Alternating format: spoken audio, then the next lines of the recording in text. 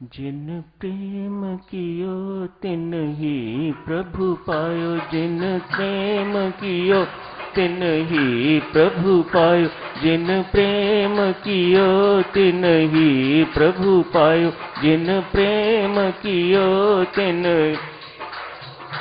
जिन प्रेम कियो तिन ही प्रभु पायो, जिन प्रेम कियो तिन प्रभु पायो, जिन प्रेम कियो तिन ही प्रभु पायो, जिन प्रेम कियो तिन ही प्रभु पायो, जिन प्रेम कियो तिन ही प्रभु पायो, जिन प्रेम कियो तिन ही प्रभु पायो, जिन प्रेम कियो तिन ही प्रभु पायो, जिन प्रेम कियो तिन ही प्रभु पायो, जिन प्रेम कियो तिन ही प्रभु पायो, जिन प्रेम कियो तिन ही प्रभु पायो, जिन प्रेम कियो तिन ही प्रभु पायो, जिन प्रेम कियो तिन ही प्रभु पायो, जिन प्रेम कियो तिन ही प्रभु पायो, जिन प्रेम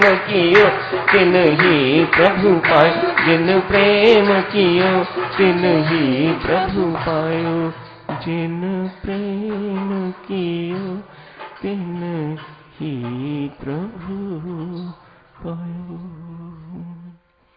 धन्यवाद योग।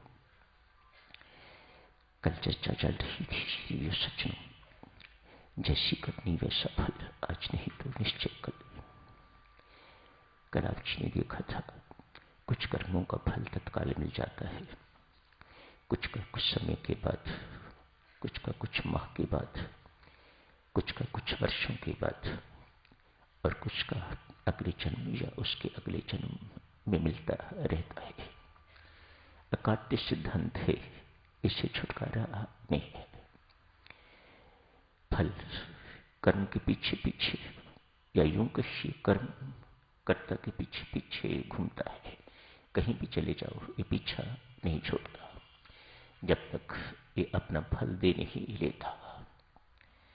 कल आप श्री राजकुमार की कहानी थोड़ी सी सुनी थी। विवाह करके लौटा है, अपने राज्य में प्रवेश नहीं पाया, मानो अपने राजमहल में नहीं गया, शगुन शुभ नहीं था। अतएव किसी मठ में सारी की सारी बारात ठहरी हुई है। वहां आप चिरे सुना था, रात्रि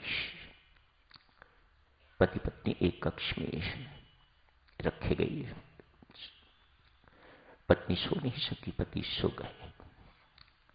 उनके गले पर तलवार गिर गई, गर्दन कट गई, पति की मृत्यु हो जाती है। बेसुध हो गई है पत्नी। सुबह उठते ही कोलाहल मच गया है। पत्नी पर किसी प्रकार का शक नहीं किया जा सकता।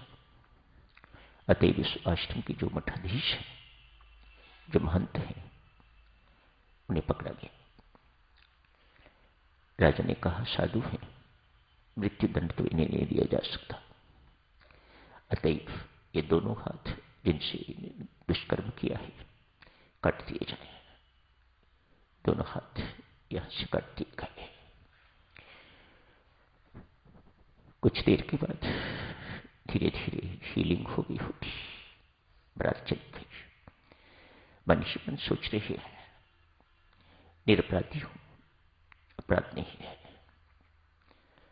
हाथ कटे हैं, परमेश्वर के घर में कोई अन्याय अत्याचार तो नहीं है, कोई गलती नहीं है। स्पष्ट है किसी पुराने कर्म का फल मुझे आज मिला होगा। आज वह कर्म परिपक्व हुआ होगा, मैच्योर हुआ होगा। या कुछ ऐसा भी होता है सदस्यों, ये कर्म दबे रहते हैं। कुकर्म आदमी करता है, पाप कर्म आदमी करता है। कई दफा ऐसा होता है ना, आपको दिखाई देता है कि व्यक्ति पाप कर्म करता हुआ भी फल फूल रहा है, मानो अभी वह पाप कर्म उनके मैच्योर नहीं हुए हैं। अभी कुछ पुण्य कर्मों से वह पाप कर्म दबे हुए हैं। अतएव पुण्य कर्मों का फल तो मिल रहा है, लेकिन अभी पाप की बारी ही नहीं आई। पाप की बारी जैसे कि इनके साथ हुआ, इतनी देर तक मठाधीश गुरु महाराज आचार्य बने रहे। आज पाप मैच्योर हो गया है तो हाथ कट गए। वंदनीय निंदनीय हो गया, लोग निंदा करने लग गए। लोगों के मन में किसी प्रकार का सम्मान न रहा। हम तो कुछ और समझते थे, ये कुछ और निकला। तरह तरह की बातें। कौन माने कि ये निरपराधी है, राजा साहब ने सजा दी है। मन ही मन सोचा, इतने वर्ष यहां रह के यहां के लोगों की सेवा की है, उन्हें मुझ पर इतना विश्वास नहीं जितना राजा की करनी पर यहां रहना ठीक नहीं, मुझे यहां से चले जाना चाहिए। अतएव एक मित्र है उनके, काशी में रहते हैं, ये तो इस तरफ आ गए, वह ज्योतिषाचार्य बन गए। वे मित्र जो काशी में रहते हैं बहुत बड़े ज्योतिषी हैं।